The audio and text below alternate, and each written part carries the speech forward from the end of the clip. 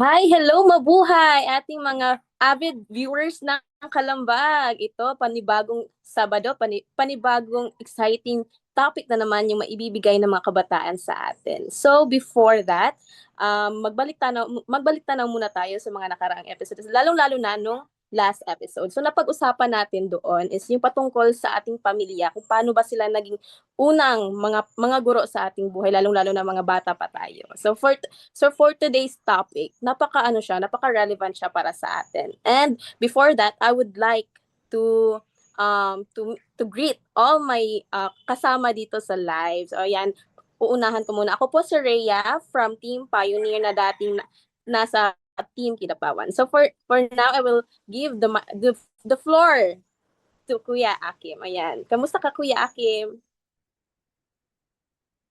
Oops, parang naka-off mic si Kuya Akim. Ayan. Ayun, naka-off mic pala, pasensya na. And by Okay the way, lang. I'm back. I'm grateful that despite of my busy schedule, I'm still here again. Um, so far I am good. I'm very happy. No, finally I came back because last week um prelim examination po ng school kung saan ako nagtuturo, no. And once again, oh my gosh, I'm very happy that I am finally a college instructor na sa isang private school, yun. Ah, Oo. So I'm very happy.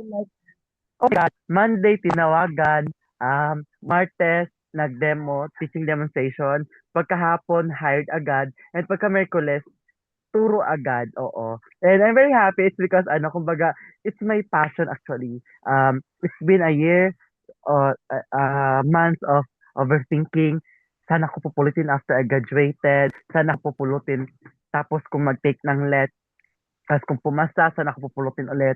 And nag-apply ako September pa lang. However, wala pang tawag kasi mawala pang vacant. Nagkataon na may nag-retire, then automatic, then kumbaga, ni urge urge need talaga nila, urgent talaga kasi nga malapit na yung prelim exam. So anong nangyari doon, hinire ako kaagad.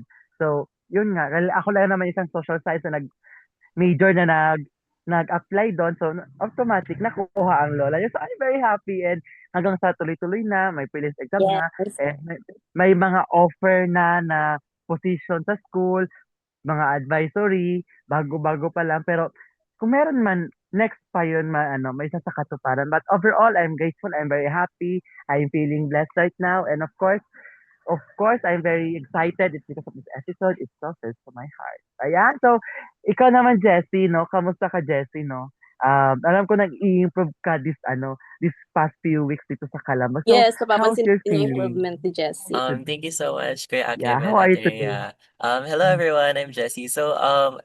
Right now, I'm feeling very happy po and grateful to have the opportunity na, syempre, to join this episode po ulit here sa Kalambag. I'm really having fun and a little ano lang po, chika lang. So yesterday we went to UP, tapos yun lang naglaro ng habol-habulan, tapos like with my friends, tapos yun nga unfortunately na sprain ko pa.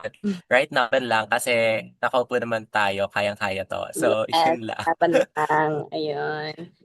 How about you, Lian? Ayan, thank you, Jessie. Hi! Ayan, I hope you're doing well. Ayan, kumusta ka naman, Hi, Ate Lian? Rhea. Hi, Jessie. Hi, Kuya Akim. Siyempre, kumusta ako ngayon? Sobrang saya ko kasi tapos na ang peryo. Tapos na siya kahapon and siyempre nakahinga-hinga na. Nakatulog ako ng mahaba ba yun? Oh my gosh. Ayan, kaya isa din sa mga bagay na natutuwa ako ngayon kasi nakatulog ako ng mahaba-haba.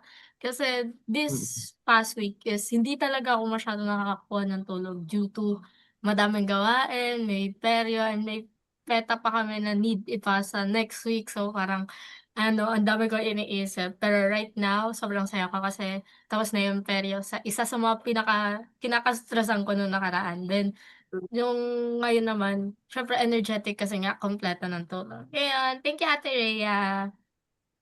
Ayan, I'm very happy and glad na narinig ko na okay lang lahat tayo. Especially kay Kuya Akim, congratulations sa new journey of your life. Ayan, I hope, lalong-lalo na sa mga kasama natin ngayon, successful tayong lahat, di ba? In the near future. So, before ko introduce yung topic, I would like to greet a very very happy Saturday sa mga viewers natin diyan. Kaway-kaway and don't hesitate to leave a comment on the comment box below. So ayan.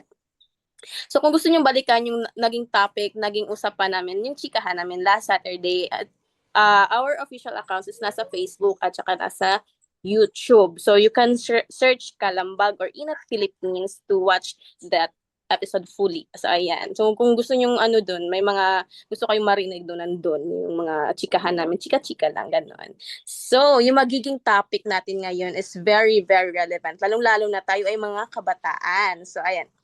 So yung magiging topic natin ngayon, boses ng kabataan sa araw ng edukasyon. So Jessie, take it away.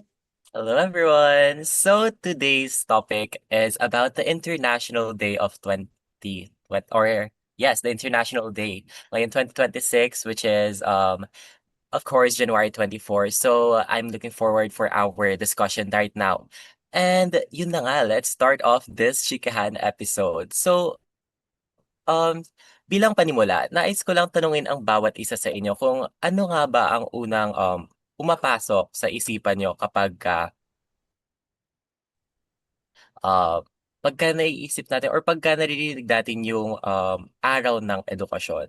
For you, Lian, ano kaya yung naiisip natin when it comes kapag narinig natin yung International Day of Education? For me, kada naririnig ko yung word na araw ng edukasyon, syempre, naiisip ko yung pasasalamat sa mga guro, sa paaralan at sa magulang na handang tinutulungan tayo para sa kinabukasan nating mga kabataan. And naiisip ko yung edukasyon bilang susi sa pangarap natin, disiplina at pag-unlad natin sa personality natin and personal growth natin. Ayun na. Thank you, Jessie.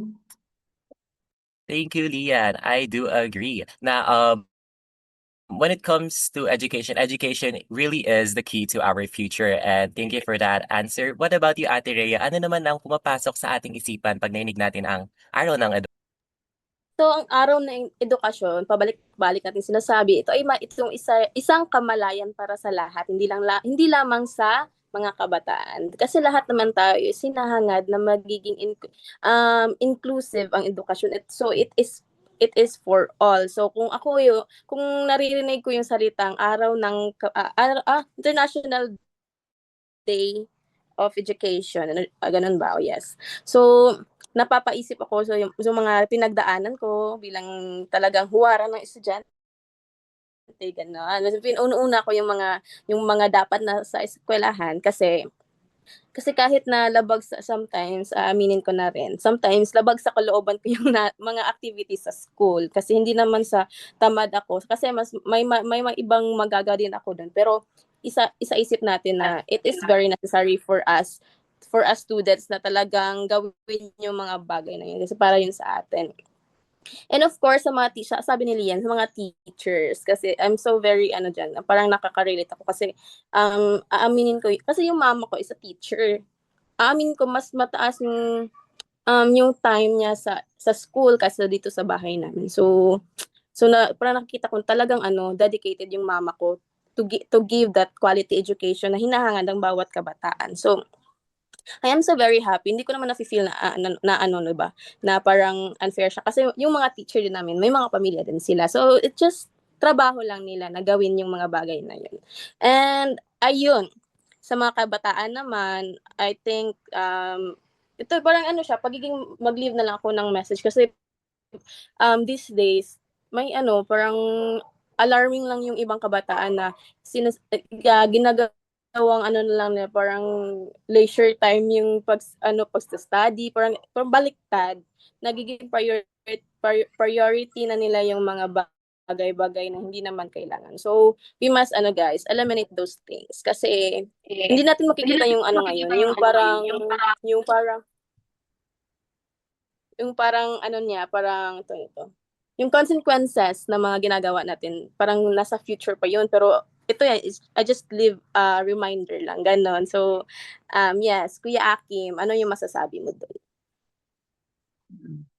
Siguro for me, when I hear the word education or International Day of Education, I always remember opportunity, because not all individuals, especially young Filipinos, could acquire quality education. Maybe it's because the distance, maybe it's because of their family situation and other matters. So that is why education is a human right. Hindi lang siya dahil sinabi ng Ina Philippines sa kalagay doon sa yung parang may pinadikit something, but within our constitution, it stated that education is human right.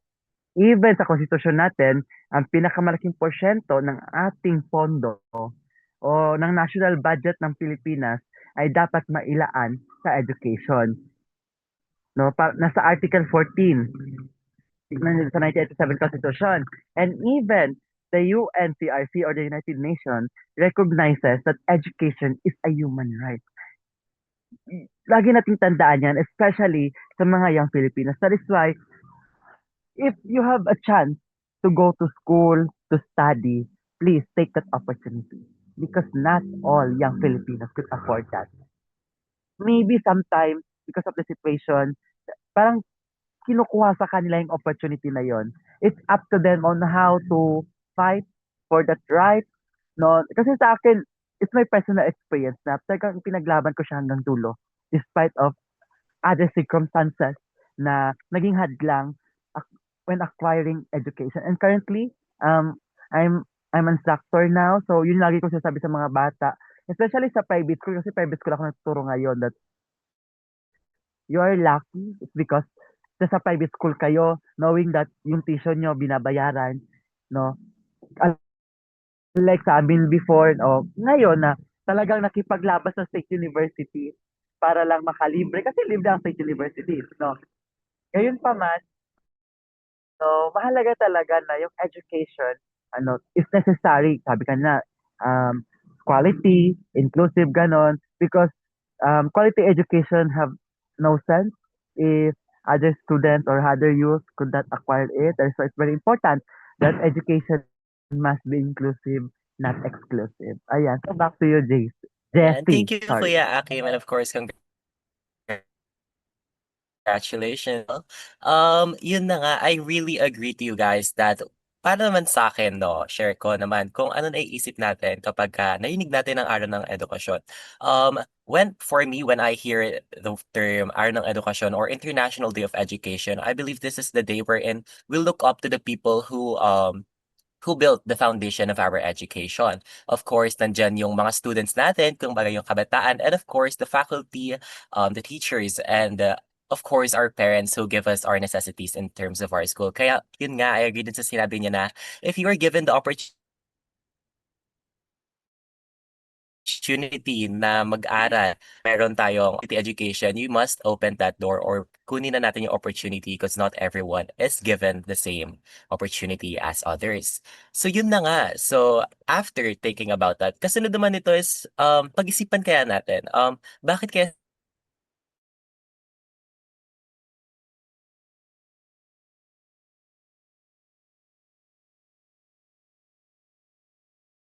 tulad na sinabi ni Kuya Akin kanina? For you, Lian, Ayan.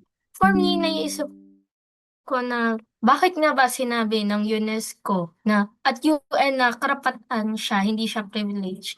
Kasi yes, some students are taking it as a privilege kasi 'di ba nga sa college 'di ba mag-expensive. Pero kapag titingnan natin sa mga mas bata, it is it is a right kasi kailangan natin na matuto. Oo, yes, tinuturuan tayo ng parents natin and everything.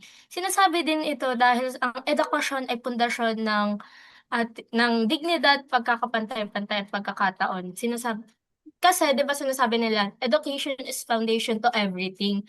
So yun din, isa rin siyang dahilan kung bakit sa pamamagitan ng edukasyon nagkakaroon ng kakayahan ng isang tao magkatrabaho, mag-isip ng kritikal at makilahok sa mga bagay at sa lipunan. Hindi ito dapat nakabatay sa yaman, kasarian o lugar na kinalakihan. Kaya ang nasasabi dito na iisip ko is, siyempre, may mga family na yes, hindi nila ma-afford yung magpaaral. Pero kapag meron talaga is take it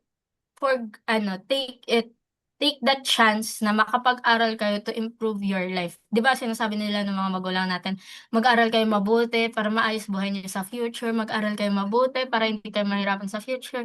Yes, yun din sinusupport niya yung idea na education is foundation to everything sa future. Ayan. Thank you, Jessie.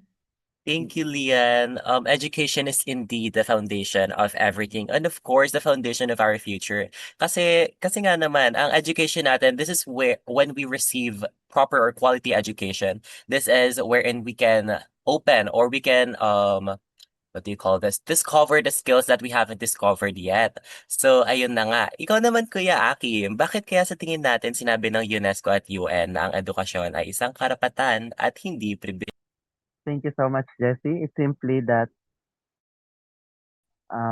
education is one of the fundamental human rights na isinaad din ng United Nations.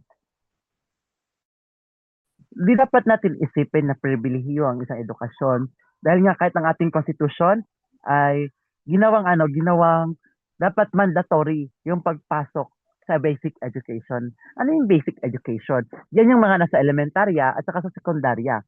Pero sa elementarya lang yun parang necessary talaga yung mandatory.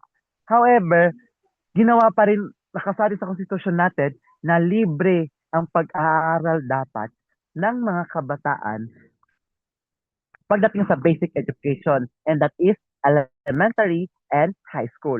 However, sabi ko kanina, just because of other circumstances, say for example, malayo ang distansya ng kanilang bahay sa eskwelahan.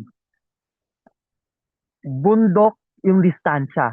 Nasa kabilang bundok pa yung paaralan, no? Nasa kabilang bundok pa yung paaralan. So, kailangan pa tumawid ng ilang ilog, ganon. So, napakahirap sa kanila, especially doon sa mga katutubo natin na nandun sa mga kabundukan. They deserve to have a quality education. Pangalawa, yung teacher na i-deploy doon, there's no problem with the numbers of teachers. It's because, siyempre marami tayong teacher, maraming gumagadget ng teacher every year. However, siguro nakikita ko doon is yung yung magiging compensation nila kapag doon sila nagturo. Yes, may hazard fee. The question is it enough na yung hazard fee nila na binabayad sa kanila doon? Yun yung tanong ngayon. Kasi kung sakaling enough lang siguro maraming papayag na doon magpa-deploy ng mga teachers kung sapat lang yung hazard fee. Or kadalasan na lang yung parang pagmamahal na lang nila sa mga bata. Yun na lang yung nagtutulak sa kanila to stay in that school. Of course, pangatlo, yung mga facilities natin, no? Mas magaganda yung mga, aminin natin, admit it or not, yung mga nasa cities sa mga schools, public schools, mga ganda. Unlike sa mga bundok, mga sa rural areas, no? Just like dito sa Kidapawan City, I cannot guarantee that. I don't know if na-repair na ba yung mga classrooms natin diyan sa Kidapawan City, dun sa yung sa may Ilumabis sa part, yung madado sa Mount Apo na, which is nasira siya during 2019 earthquake. Pagka na yung 3 earthquake yung nasunod-sunod, no? Talagang nasira siya. Then, kasi napuntahan din namin before yun noong 2021 when I was the judge for most functional classroom, na invite ang lola nyo doon. So nag-judge tayo. So nakita natin yung situation na may ilang schools sa ongoing yung repair, may ilang schools na talagang hindi na talaga magamit. However, meron pa rin daw mga schools na nag-PPA sa temporary learning shelters. Temporary learning shelters is yung parang DIY classroom na yung harang lang is trapal, ganon. I don't know if you know the word trapal. O, yung trapal, tapos yung yung simula sa dingding hanggang sa, tawag nito? Sa bubong. O, trapal talaga. So, doon pa lang, parang unconfident, kasi nasubukan ko doon na mag-aral. Yung, kumbaga, dito na classroom, naririnig ko yung discussion sa kabilang classroom, parang ganon, which is unconfident as a student na mag-aral sa ganong learning environment, and knowing na sa mga research natin, nakaka-affect yung learning environment sa development ng mga bata. So it's very important na hindi dapat maging pribilehiyo ang edukasyon. It's our right. O dapat human rights talaga siya. And lastly siguro, yung ano rin siguro, yung other assistance pa na ano, pwedeng ibigay ni LGU or ng iba pang ahensya, especially sa mga feeding programs natin. Kasi especially sa rural areas, no, talagang research na rin ito nagsabi na maraming malnourished doon, no? So, it's very important na yung feeding program is ma-impose talaga sa mga ganong areas. Kasi nga, di ba, um, gaya nga sinabi natin, no, na hindi makaka-focus yung bata kapag gutom. No, kahit naman kayo, di ba? Minsan nga nagmi-minister kayo pag naging study kasi kapag gutom kayo, parang distracted kayo masyado. How much more yung mga bata? So, mahalaga talaga yung ano, yung papel ng hindi lamang ng school, hindi lamang ng education institution, lahat, school, community, mga partners natin, mga NGOs to provide the service, the quality service of education that deserved by the Filipino young, by the Filipino children, ganon. So back to you, Jessie. Ayan, thank you so much, Kuya Akim. Ang ganda ng mga sagot nyo, and I actually agree that education is a right and not a privilege. Kasi dapat, regardless of our situation, sabihin nila lang natin, yes, Filipino people, ang daming nag-suffer sa poverty and stuff, hunger.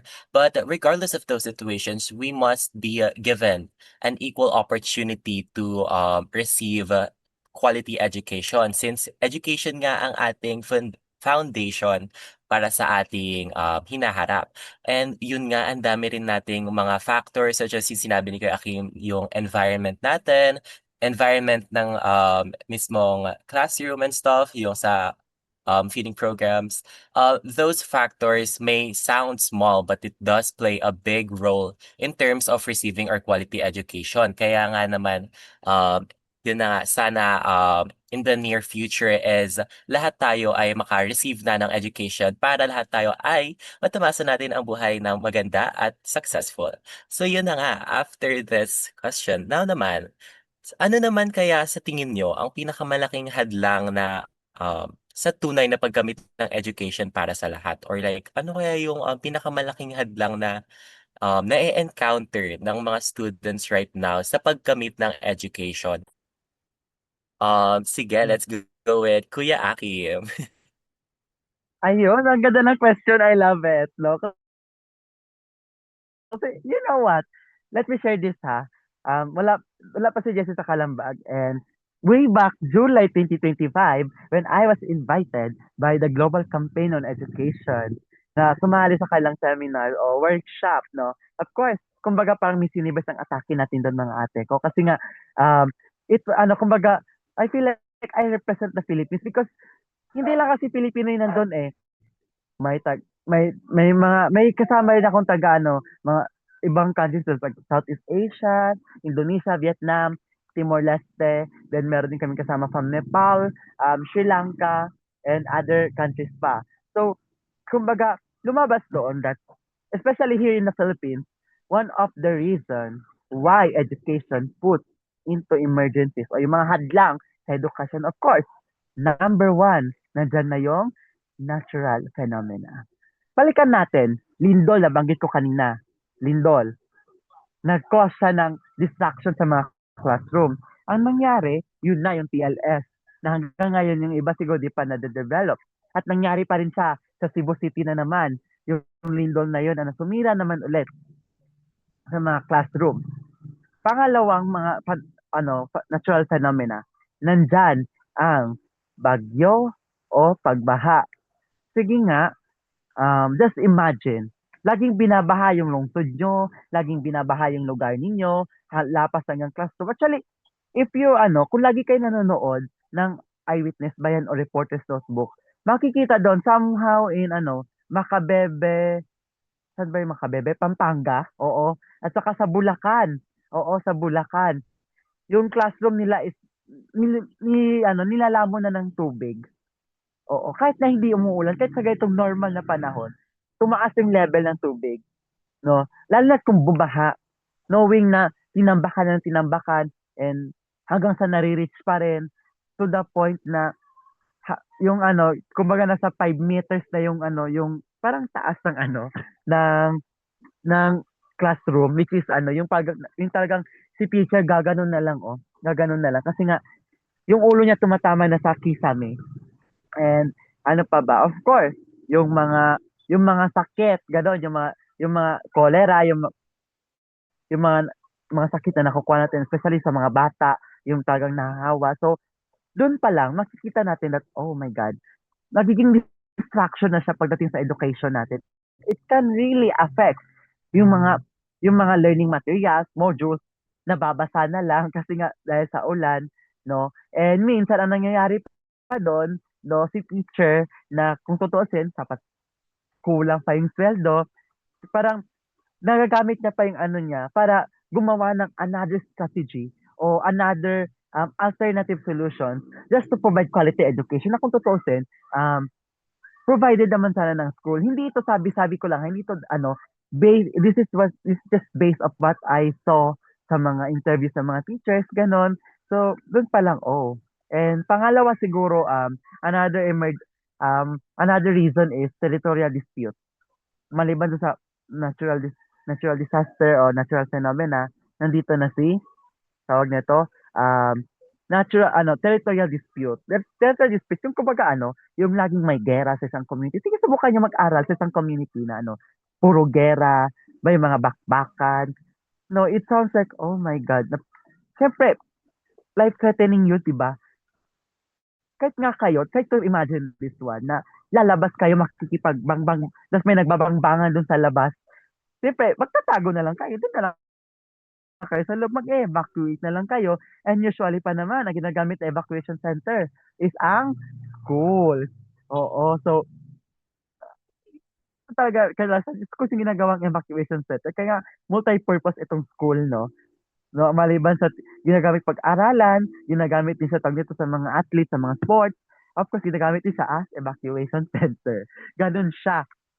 And dahil sa gera na yan, no, talagang sabi mo kasi dito sa North Cotabato, may isang place, specific place, na kung saan, it, kumbaga yung gera is normal na lang sa buhay na naging parte na ng buhay nila, yung gera. Which is hindi naman sana, kasi kawawa yung mga bata, no? Kumbaga, may threaten sa kanilang puso araw-araw. So, yun na. Lalo tayo sa pangalawa, which is the cultural territory. Siguro ngayon, we should include the corruption. Yes. Hindi lang pala sa infrastructure ang may mga ghost project. Maging sa mga buildings din pala na hanggang ngayon inaasahan ng mga bata ng magagamit nila. However, hindi. Bakit? Oo. Posible naman, no? Kasi, para mo nang ninakawan yung mga bata, yung future ng mga bata, ninakawan nyo na. So, sana naman, no, maging maayos sana yung pamamalakad, yung sistema, no? Wag naman umabot sa point na pating classroom na sana yung fund na gagamitin for classroom na nakawin pa, no? That's the saddest reality na nangyayari sa ating bansa ngayon. And I really hope, no, na sana naman matauhan kayo na para sa mga bata yan, future nila yan nakalaan. Huwag naman natin na nakawan sila and in the future, gagawin din naman nila yung ginawa ninyo nung sila yung mga bata na. Huwag na nating ipamana yun. Nakakalungkot ang isipin na sa murang edad nila na nanakawan na sila, hindi mismo ng pera, kundi ng opportunity na makapag-aral sa isang maayos na paaralan.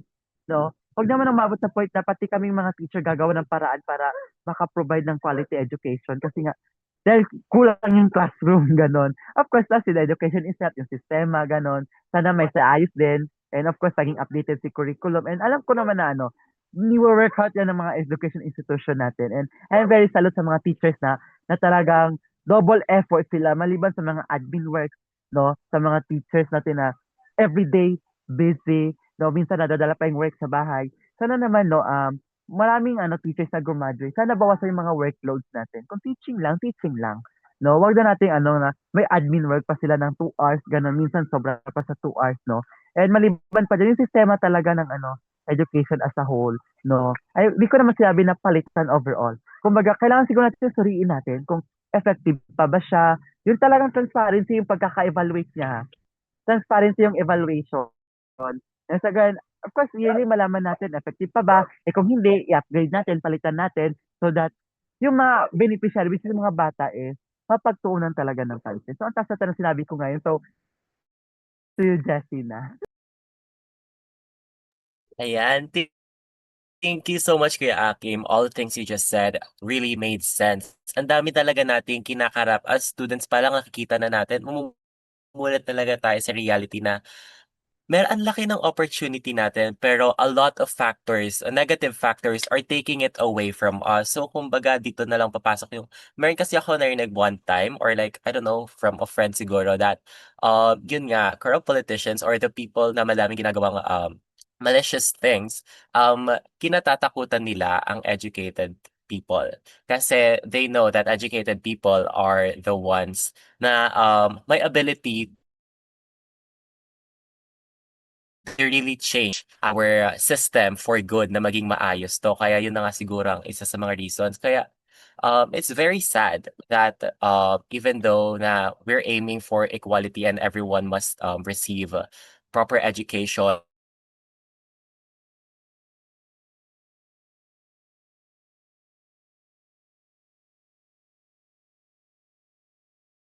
ng edukasyon para sa lahat or what's the biggest problem or challenge na encounter ng mga students sa commit ng Okay. Dagdagan ko lang yung sinabi ni Kuya Akim kasi lahat na na-bullet point ko sa utak ko kanina, na-mention na niya in detail pa, which is ang ganda. I mean, I'm very, very proud kay Kuya Akim. Siguro dagdagan natin yung kakulangan sa guro. Yun nga, sinabi nga ni Kuya Akim na due to heavy workload nung ibang teacher, yung ibang, may mga kakilala ako actually na parang tinakbuhan nila yung course of teacher kasi nga daw parang other than mababa yung hindi naman siguro mababa, I would say, depende siguro on how you manage yung sahod. Mababa daw yung sahod and ano yung workload ba, yung admin works ta's maghahanda ka pa daw ng lesson, may mga gano'n kasi. Tapos yung idea na may corrupt pa nga, yung alam natin na nasa education yung pinakamalaki nilang yung malaking inaano nung national government na budget ba, dun nila inaano ta's malalaman natin na ang baba pa nung bigay sa mga teachers tapos kapag may papagawa pa yung mga teachers na yung alam niyo yung mga test papers na pini-print pa nila, usually teachers pa nagpo-provide. So, parang nag-aano yung iba kong actually sa strand na sa pathway namin is yung iba dun gusto mag-teacher, pero yung parang iniisip nila na baka ano, yung mababa ganito, ganyan, maano yung workload, parang ayaw nila. Pero sabi ko, kung gusto niyo mag-major na lang kayo muna. Kasi nag-ano na sila, nasa biochem kasi kami ngayon. So sabi ko, mag-teaching kayo, then saka niyo i-major yung science. Kung gusto niyo talaga mag-teacher, ginaganon ko na lang sila. And ayan, na-sidetrack na tayo siguro. Eto, dagdag pa sa ano, yung na-mention din ni Kuya Akim kanina na mga bagyo, yung mga lindol, nagkakaroon tayo ng kakulangan sa silid-aralan. Actually, yung sinasabi ni Kuya Akim na trapal kanina, ay ang init nun, mainit dun. So yeah, nakakaapekto talaga yung parang surroundings mo sa'yo, yung saan ka nag-aaral, paano ka nag-aaral, nakaka-affect yun sa'yo. Yung feeling ng trapal tapos yung bubong niyo is metal pa, tawag dun? Basta yun. Ayun, yung yero, ano, mainit yun, yung combination pa lang nun, para kang ano, yung inaano nila, tawag dun, ini-insulate nila na mainit ka, ta's umiinit pa lalo. Gano'n yung feeling kapag dun ka nag-aral. Kaya parang naano ko, naisip ko na, privilege nga mag-aral kasi nga ako nag-aaral sa ano, yung may apat na corner na room, yung solid na room, yung ano ba, parang silid-aralan talaga siya kung titignan mo yung normal na arrangement, hindi yung gano'n. So, sabi ko, ano siya, 'pag inisip mo, isa talaga siya sa malaking hadlang sa ibang kabataan. Hindi yung mga katutubo kasi alam natin, yes, malalayo yung paaralan. Isa din yun sa parang major na hadlang kasi yung iba, other than yung isipin nila mapapagod ka na, papasok ka pa, mag-aaral ka pa, tapos isipin pa nila yung pag-uwi pagod din. Kaya yung iba, ibang katutubo, hindi na sila nag-aaral, inaano na lang nila sa trabaho. Yung may mga ibang mag-aaral na humihinto dahil sa trabaho yon, isa trabaho, problema sa family and kalusukan. Kaya din ano parang DepEd ang nag-ano ng feeding program na dapat kapag may mga malnourished na bata sa paaralan, sila yung dapat priority sa feeding program.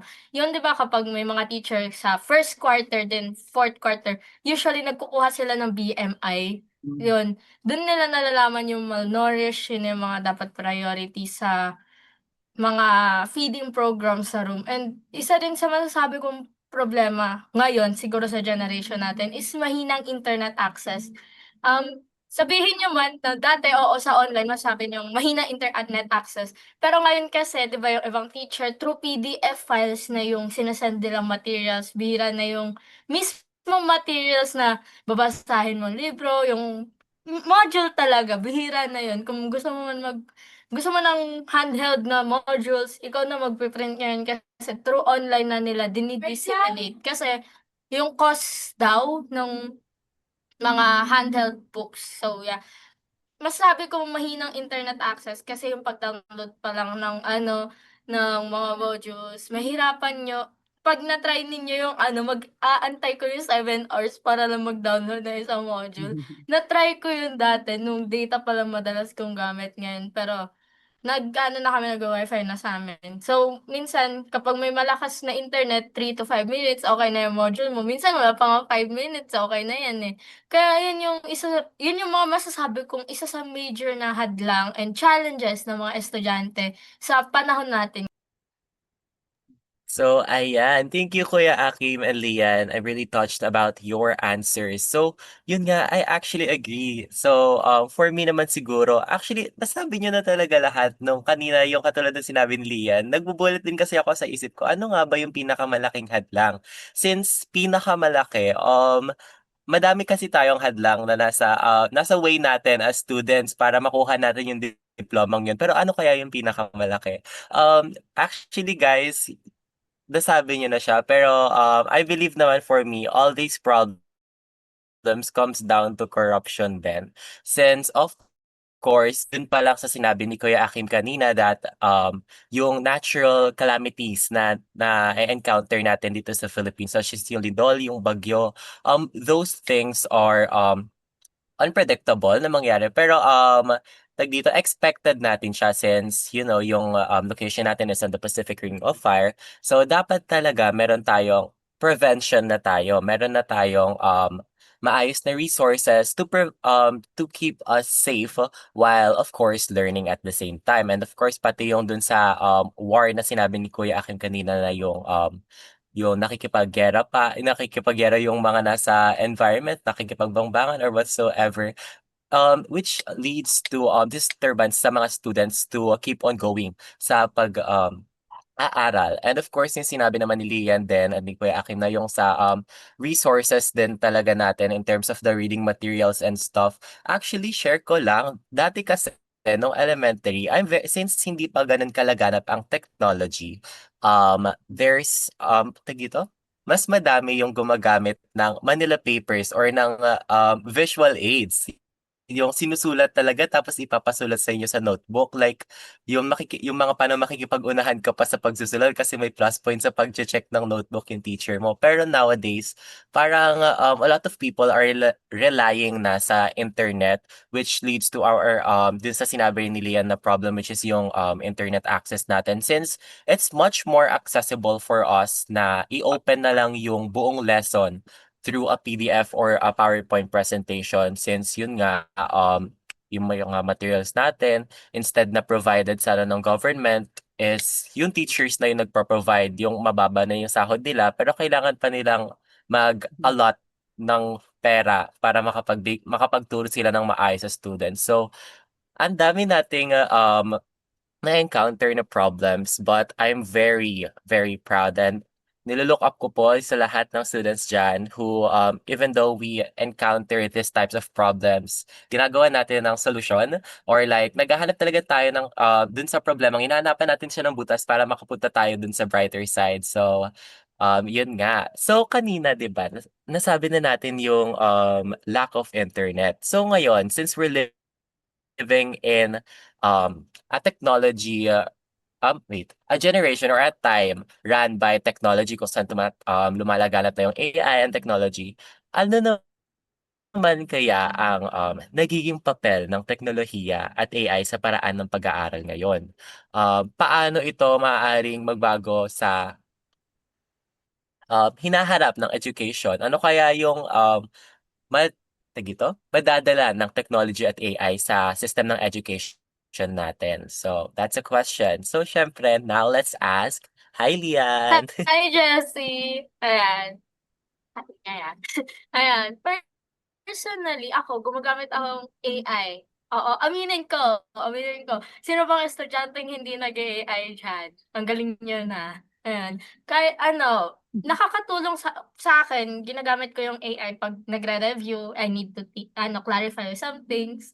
Yung kapag may lesson kami na hindi ko naintindihan sa room, tapos search ko sa YouTube, hindi ko pa rin naintindihan, ayan na, papasok na dyan yung AI. Sabihin ko, can you explain this to a 5-year-old? Tas yun, maintindihan ko yung lesson, which is, nakakaano siya sa akin, mas nakaka-entertain siya sa akin gamitin kapag yung nagla-lesson, tas minsan may terms na hindi ko na alam, then after, isusulat ko during class, then after class, dun ko search.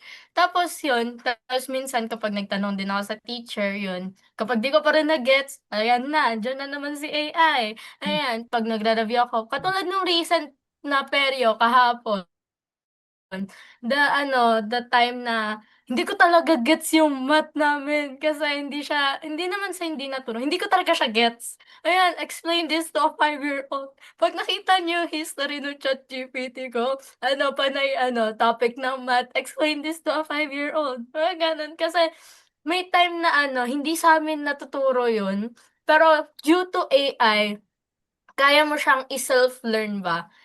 Ngayon din yung maganda sa generation natin ngayon, eh, mina-maximize nila yung AI to na makatulong sa kanila.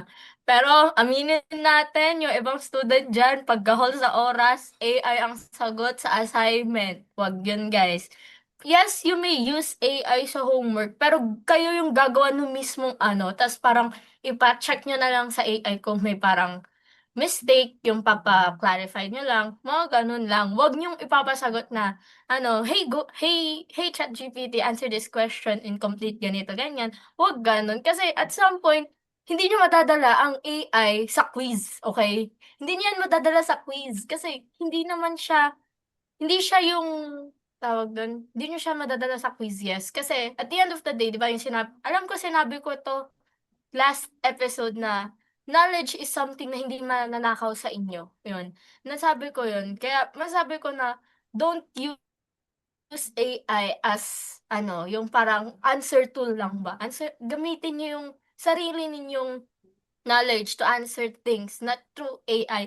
Yes, andiyan yung AI para mapadali buhay natin. Yes, andiyan ang technology, pero don't always use it or abuse it. Kasi at the end of the day, 'pag yan nawala, wala na din tayo lahat, siyempre, 'di ba? And masasabi kong papel niya talaga ng teknolohiya is communication din, 'di ba? Kapag may Messenger tayo, may GCs tayo kasama yung mga kaklase natin, mga kaibigan natin, dun tayo nagko-communicate tungkol sa assignments. Usually, yung mga teacher dun na ng PDF, ng assignment, ng announcement. And kapag sa mga kaibigan naman natin, alam natin diyan tayo nagtutulungan. Hindi yung kopyahan ha, iba po yun. Tulungan, tulungan na nag-e-explain sa isa't isa na nandun yung 'pag may peryo nag-e-explain tayo, "Friend, hindi ko gets 'tong lesson na 'to, can you explain this to me?" Yun like parang chikahan natin ganito, ganyan, then proceed na magtutulungan. Kaya masasabi kong big deal na sa'tin yung technology and AI. Pero yung ibang kasi, ina-abuse nila, which is a big no-no para sa'kin. Kasi andiyan yan na recently lang yun nandiyan, not siya nung alam naman tayo ng mga younger years tayo, kaya naman natin na walang AI, 'di ba? Why not i-continue natin kasi tayo pa rin naman yung sasagot sa mga test natin, tayo lang din naman yung mag-aangat sa sarili natin. Then sa future, hindi naman natin laging hawak ang AI, hindi naman natin laging nandiyan yan. Yes, andiyan yan sa online, pero what if wala kang net? What if wala kang signal? Siyempre hindi mo magagamit AI. O di kapag nasa iyo talaga yung mga info na yun na ginamit mo yung AI para tulungan ka mag-review or magpatulong ka ng mga kung anong kailangan mo, edi siyempre kahit wala si AI na na during that time na ginagawa mo yung gawain mo, okay ka lang kasi alam mo nang nagpaturo ka kay AI, hindi mo siya ginamit na pangsagot dun sa kailangan mo. Ayun lang, thank you Jessie, napahaba ako. It's okay, Lian. Thank you so much din. Alam mo ba, I kinda relate dun sa sinabi mong, explain this to a 5-year-old. Cause I remember nung, 2025, since meron ding trend na you will ask, your AI or kunwari ChatGPT kung ano yung funniest thing na sinasabi mo or prompt na sinesend mo sa kanila. And I remember isa sa list na sinend ng AI na ginagamit ko is explain this to a 5-year-old. Parang na-determine niya, it's very funny that why are you gonna ask me to explain this to a 5-year-old? Pero it kind of made sense cause mas na-explain niya in a simpler way yung mga complex definitions. Tapos, isa pa yung grammar police kapag magsasend tayo ng, kunwari, nagsulat tayo ng output, magsasabi tayo, hi ChatGPT or hi AI, grammar, sasabihin ko na lang grammar police alert, parang gaganuhin ko tapos sinabi niya yun, that's very funny, bakit tumatawag akong grammar police? So, hindi niya alam siguro siya yung sinasabi ko. Then he will continue to check through our papers. So, yun nga, even though we are given we are very fortunate to have an access sa AI and sa internet. We must be responsible sa paggamit nito since ayun na nga, hindi natin 'to madadala sa kung saan man tayo pumunta. For example, sabihin natin in the future when we graduated, nung nag-aaral tayo, ginamit natin ang AI sa pagsasagot ng mga final exams, final essays, tapos pagdating natin sa interview ng job interviews, biglang, hala, ano 'tong tanong na 'to? Wala ChatGPT, tapos wala siya. So yun nga, we must train ourselves to not depend on AI or technology since hindi natin siya madadala and it's not very accessible since hindi nga tayo nabibigyan ng proper internet access or especially sa electricity and stuff. So yun nga, for Kuya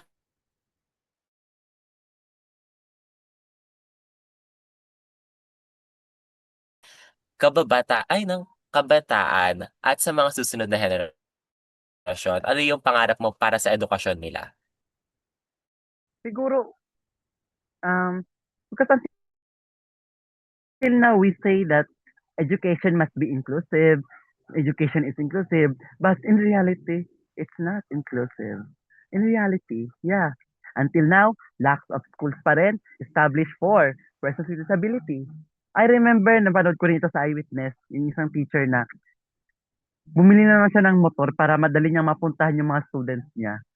Iba't ibang places. Kumbaga, siya na yung gumawa ng paraan para maraping niya yung students niya. Yeah, until now, may mga pero how about yung mga persons with disability, may mga autism, may mga other disease, disabilities pa na walang pera pang-afford.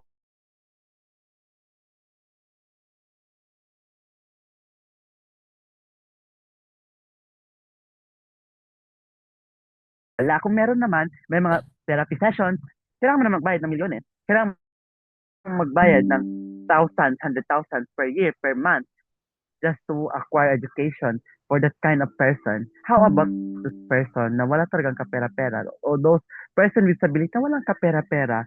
Anong gagawin nila? Tutungangan na lang? No, hindi dapat ganun. Sabi natin, lagi natin sabi na inclusive, inclusive, inclusive, pero not all. No, not all. Hindi lahat nakaka-acquire talaga, no? Talagang yung person with disability talaga yung gusto kong i-mention dito is because sila talagang nade-deprive pagdating sa karapatan ng edukasyon. Sila ay laging nalileft behind. It's because of the situation. I don't know what's happening.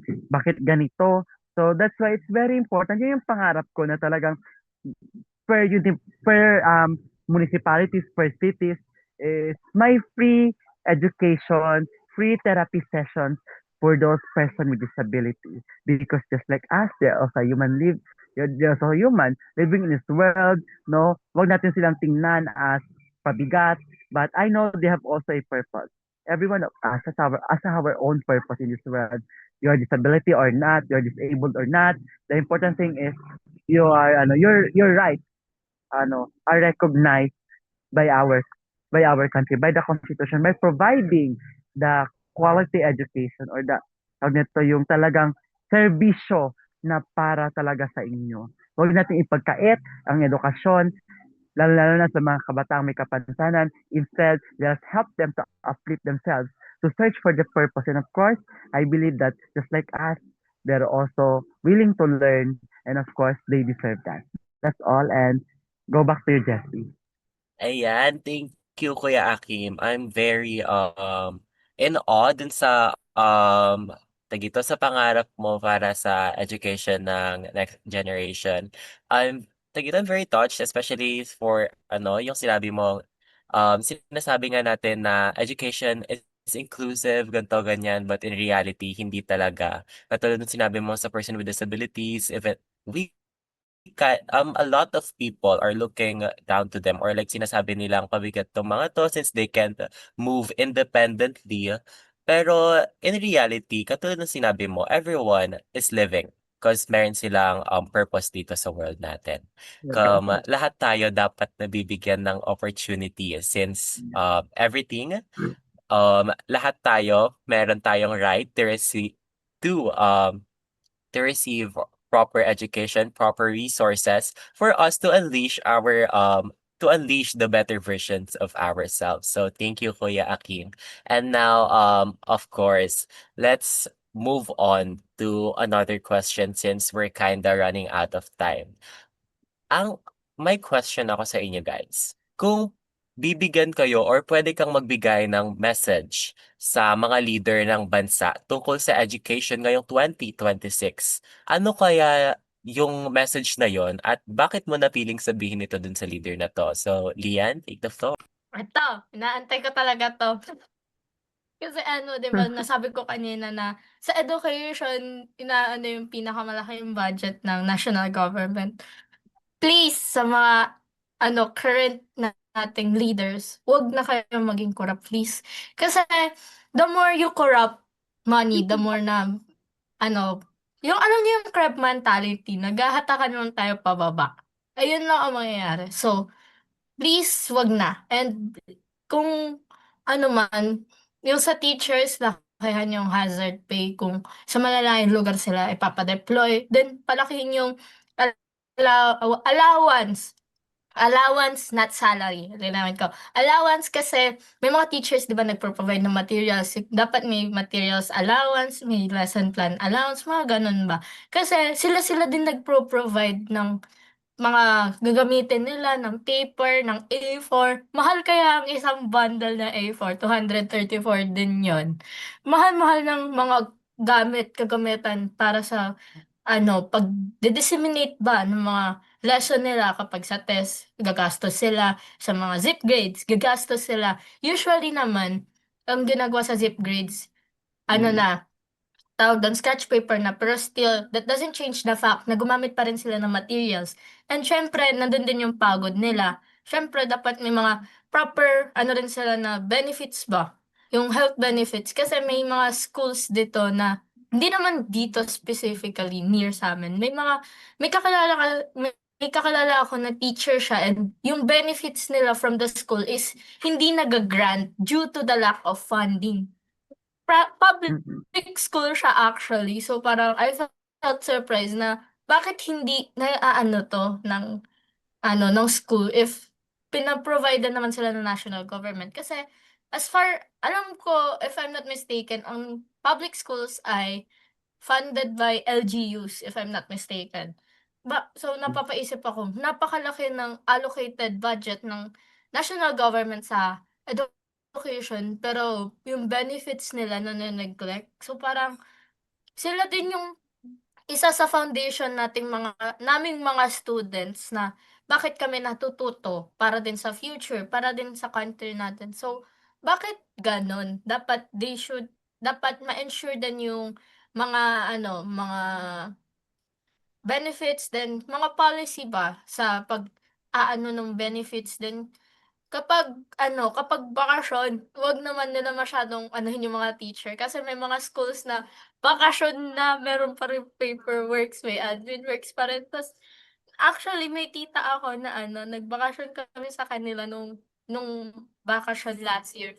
Pero ang dami pa rin niyang admin works, ang dami niya pang need ipasa sa school. So, parang yung bakasyon namin, hindi ko talaga siya totally naka-bonding due to the paperworks, mga gano'n. And kapag may mga naka-leave sila, naka-sick leave sila, wag nang likutin ba, wag nang bigyan muna ng problema kasi sick leave nga, eh, may sakit. Let them rest, let them have a proper rest na hindi nila iisipin yung work nila na kapag iisipin lang nila, kailangan kong gumaling kasi kailangan kong gumaling. Hindi kailangan kong gumaling kasi may gagawin ako. Kasi sa mga teachers ngayon, yun na iniisip nila, yung nagte-take sila ng medication, ng vitamins para mabilis akong gumaling. May isa akong teacher na kilala na ano, na legit nasa room ko pa namin ano, sinisipon na siya and everything. Masakit na ulo niya. Alam niyo yung ano, tawag dun, turmeric tea, then mga ibang tea. Umiinom siya sa room para sabi niya, "Hindi ako puwede umabsent kasi malapit na peryo niyo, hindi pa tayo tapos." Yung mga gano'n. Tapos may mga paperworks pa daw siya, sabi niya, "Hindi ako puwede magkasakit." Yung ginaganon ko, sabi ko, grabe naman yung mga teachers ngayon, dedicated talaga sila. Hindi to the point na may times na hindi na nila na ano, na aalagaan ng maayos sarili nila na kailangan na lang pilitin yung body systems nila talaga na magpagaling agad. So yun, yun lang Jessie, thank you. Ayan, thank you, Lian, for that wonderful message. And of course, Kuya Akim, ano naman kung magbibigay ka ng isang message sa mga leader ng bansa tungkol sa education this 2026, ano ito at bakit? Kuya Akim, take it away. Ayan, same with Lian. No, stop the corruption. I remember the line of the main character in the movie, Mga Munting Tinig. It was a movie wherein yung isang teacher, na-deploy siya doon sabi natin sa bukid o sa rural areas. However, I don't know kung may naabutan kayo na teacher ha, kasi naabutan ko to eh. No, yung teacher na nagtitinda sa room. Tapos yung di niya papalabasin sa recess time yung bata kapag hindi bumili sa kanya ng paninda niya, which is na-encounter ko yun sa way back when I was in grade 1. Hindi kami papalabasin kapag hindi kami bumili sa kanya ng tinda niya. Oo, may ganon. Tapos yung iba, may mga teacher, pero mas worse yung dun sa movie kasi may mga teacher na tawag neto. Yung parang tinitake advantage sila yung power na meron sila. No? Parang ano tawag nito, sa Bisaya kasi ano panghimulos o yung ano, parang nagte-take advantage ayun, inutusan nila yung mga bata na maglis ng bahay nila tapos ayun, tataas. Parang yung grade time kapalit ganun. Mga ganong klaseng kalakaran.